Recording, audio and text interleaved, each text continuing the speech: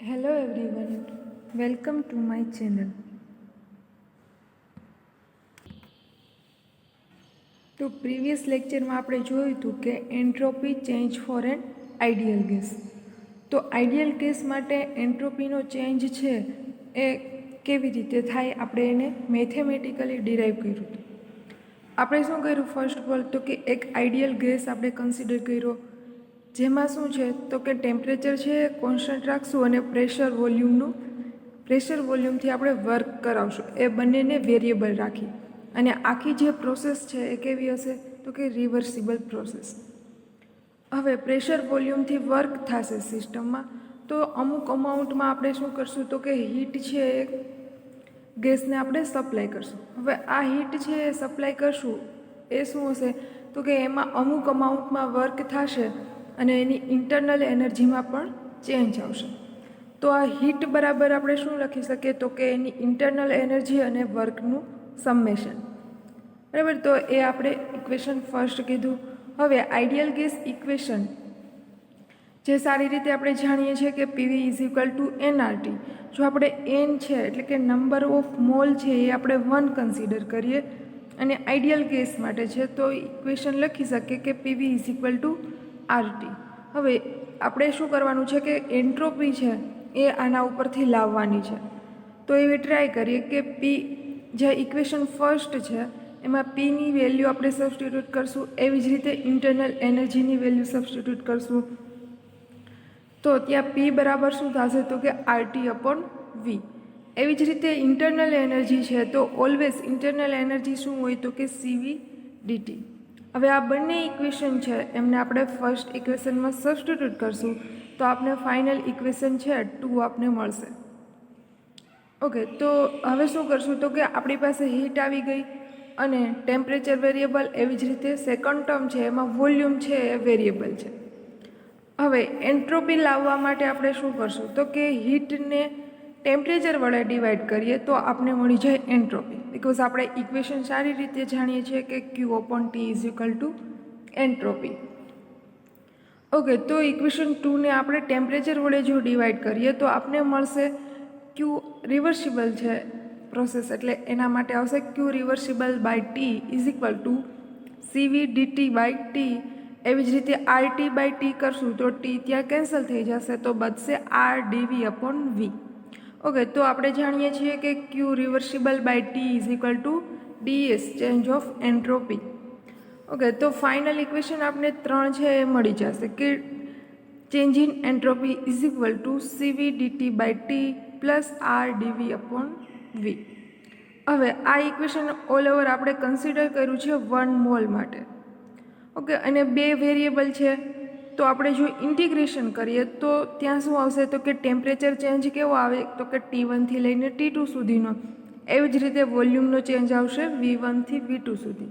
જો આપણે ઇન્ટિગ્રેશન કરીએ ઇક્વેશન 3ને અને લિમિટ લગાવીએ તો શું મળે તો કે એન્ટ્રોપી ચેન્જ છે is equal to S2 minus S1 is equal to CV ln T2 upon T1.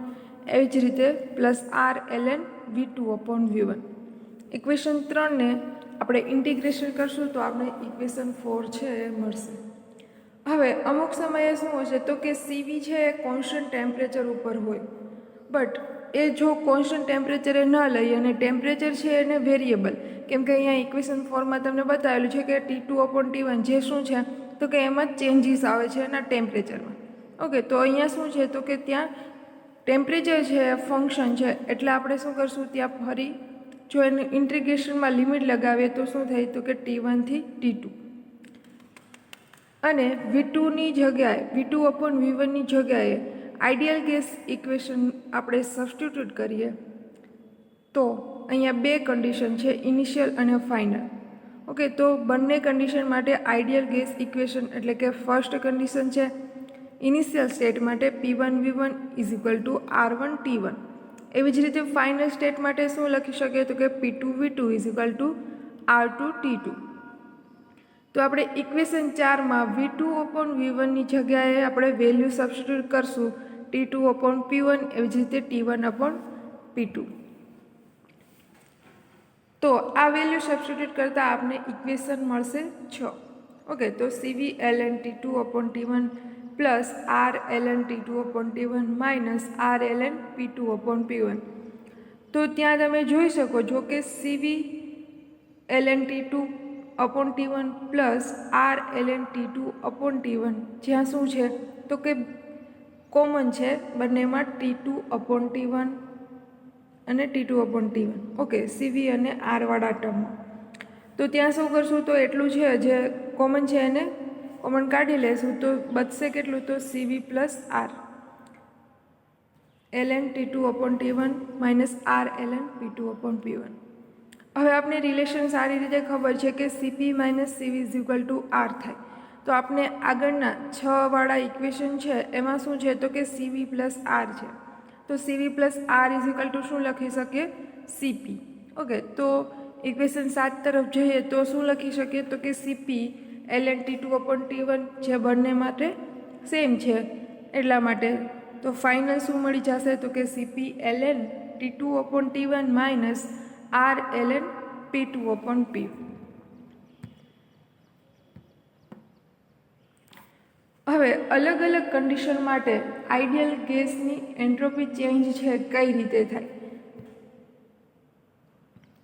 તો જોઈએ. કેસ 1માં એટલે કે કેસ 1 શું છે તો કે આઇસોથર્મિક પ્રોસેસ છે. હવે આપણે ખબર છે કે આઇસોથર્મિક પ્રોસેસ એટલે શું તો કે એમાં ટેમ્પરેચર છે એ કોન્સ્ટન્ટ રહેશે. ટૂંકમાં આગળ આપણે શું જોયું હતું કે પ્રેશર, વોલ્યુમ, ટેમ્પરેચર આ ત્રણે વેરિયેબલ હતા અને એના ઉપરથી આપણે ઇક્વેશન છે એ ડિરાઈવ કર્યું હતું. તો 3 પેરામીટર આવે છે, ટૂંકમાં 3 ફિઝિકલ ક્વોન્ટિટી આવે છે, એના મદદથી આપણે એન્ટ્રોપી છે આઈડિયલ ગેસ માટે ડિરાઈવ કરી. તો આ 3 કેસ માટે આપણે જોઈએ. પહેલું જોઈએ કે આઇસોથર્મિક પ્રોસેસ. તો ત્યાં શું હશે તો કે ટેમ્પરેચર છે એ કોન્સ્ટન્ટ રાખશું. તો ટેમ્પરેચરવાળું જે ટર્મ હશે એ શું થઈ જશે એનું ઇન્ટિગ્રેશન 0 થઈ જશે. તો બચશે એટલું શું આવશે તો કે આઇસોથર્મિક ચેન્જ હોય એના માટે આપણે એન્ટ્રોપી આ રીતે ડિરાઈવ કરી શકીએ. જોઈએ એના ઇક્વેશનમાં in isothermal change temperature remain constant during the process T1 is equal to T2. તો જેવું T1નું ટેમ્પરેચર હશે સેમ T2નું હશે. Now apply this condition in equation 4 and 7.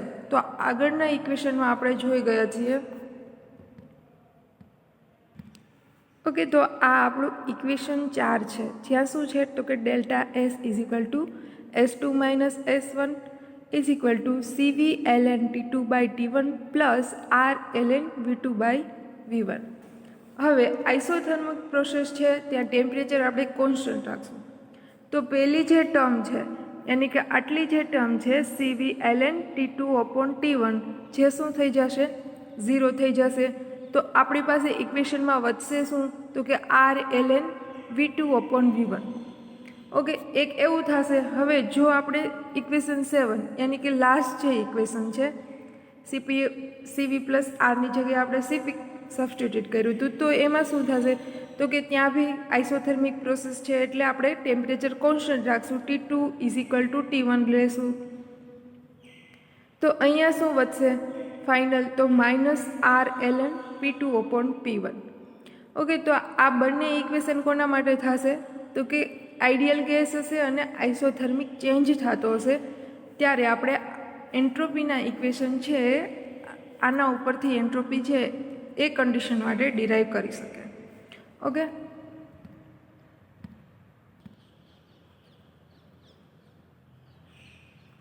તો આપણું પહેલું જે ઇક્વેશન છે એ શું હશે તો કે આઇસોથર્મિક પ્રોસેસ છે એટલે આપણે કાઉન્સની બહાર શું લખશું તો કે ડેલ્ટા S ટેમ્પરેચર છે કોન્સ્ટન્ટ છે, કોન્સ્ટન્ટ ક્વોન્ટિટી આપણે એના બાજુમાં લખી શકીએ is equal to S2 minus S1 is equal two R ln V2 upon V1.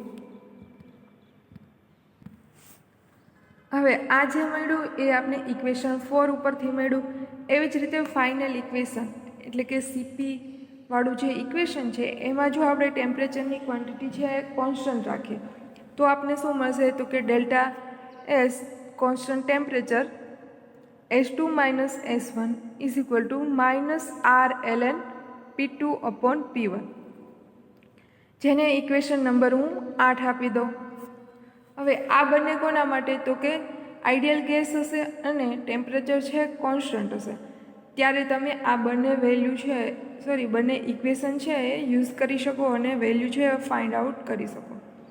તો બંને ઇક્વેશનમાં તમે જોઈ શકો છો કે ટેમ્પરેચર છે કોન્સ્ટન્ટ ક્વોન્ટિટી રાખી છે એટલે એની ટર્મ છે એ નહીં આવે. એકમાં વોલ્યુમ છે અને એકમાં પ્રેશર છે એ બંને વેરિયેબલ હશે બંને ઇક્વેશન માટે. તો જેવી કન્ડિશન તમે આપેલી હોય એ પ્રમાણે તમે ઇક્વેશન છે એ યુઝ કરી શકો. ઓકે, તો બીજો કેસ જોઈએ. અને હજુ શું છે તો કે if the V2 is greater than V1 and entropy change at a constant temperature is positive.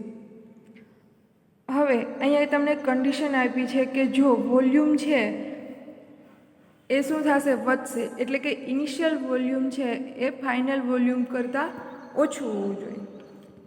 આપણે જોઈએ જ છે કે એન્ટ્રોપી છે એ ક્યારે વધે છે? તો કે વોલ્યુમ છે એમાં ચેન્જ આવે. વોલ્યુમમાં જે ચેન્જ આવે એવો ચેન્જ કે ઇનિશિયલ વોલ્યુમ કરતાં ફાઇનલ વોલ્યુમ છે એ વધી જાય યાની કે એને ફ્રી સ્પેસ છે એ મળી રહે. આના લીધે શું થશે? તો કે એમની રેન્ડમનેસ છે એ વધી જશે એટલે એન્ટ્રોપી છે એ પોઝિટિવ થશે અથવા તો આપણે કહીએ વધશે. ઓકે, કેસ 2 માટે જોઈએ. કેસ 2માં છે આઇસોબેરિક ચેન્જ. હવે આઇસોબેરિક વર્ડ્સ આપણે જાણીએ છીએ કે પ્રેશર છે અહીંયા કોન્સ્ટન્ટ હશે. કોન્સ્ટન્ટ પ્રેશરે આપણે શું કરશું? તો કે એની એન્ટ્રોપી છે એ ડિરાઈવ કરશું. In isobaric change pressure remain constant during this process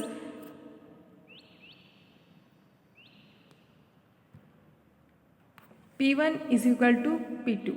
હવે અહીંયા શું થશે? પ્રેશર કોન્સ્ટન્ટ છે એટલે કે જેટલું ઇનિશિયલ હશે એટલું જ ફાઇનલ પ્રેશર હશે, તો બંને પ્રેશર છે એ સેમ થશે.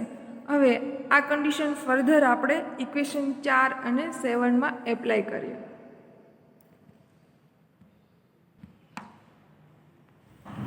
હવે આપણે શું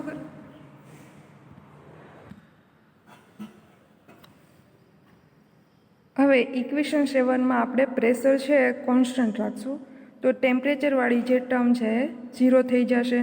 તો ઇક્વેશન ખાલી વધશે. તો ફાઇનલ ઇક્વેશન વધશે Cp ln T2/T1. એવી જ રીતે જો આપણે CV વાળી ટર્મમાં મૂકશું તો ફાઇનલ ઇક્વેશન રહેશે CV ln T2/T1 plus R ln V2/V1. તો આ તમે ત્યારે યુઝ કરી શકો કે જ્યારે પ્રેશર છે એ કોન્સ્ટન્ટ રાખીએ અને ટેમ્પરેચર અને વોલ્યુમ છે એ બંને વેરિયેબલ ક્વોન્ટિટી હશે. તેવી જ રીતે કેસ 3માં જોઈએ તો ત્યાં છે કે આઇસોકોરિક પ્રોસેસ છે. એમાં જો આપણે આઈડિયલ ગેસ છે એ કન્સિડર કરીએ તો આઇસોકોરિક પ્રોસેસ મીન્સ કે વોલ્યુમ છે એ આપણે કોન્સ્ટન્ટ રાખશું. તો વોલ્યુમ કોન્સ્ટન્ટ રાખીએ તો V1 is equal two V2. તો આ કન્ડિશન આપણે ઇક્વેશન 4 and 6માં જો એપ્લાય કરીએ તો ફાઇનલ ઇક્વેશન રહેશે CV ln T2/T1. એવી જ રીતે CP વાળી ટર્મમાં જો મૂકશું તો CP ln T2/T1 minus RT ln P1/P2. જે ઇક્વેશન 10 છે એના મદદથી આપણે ડિરાઈવ કરી શકીએ કે વોલ્યુમ છે એ કોન્સ્ટન્ટ રાખે અને એન્ટ્રોપી ચેન્જ છે એ કોન્સ્ટન્ટ વોલ્યુમ ઉપર ડિરાઈવ કરીએ.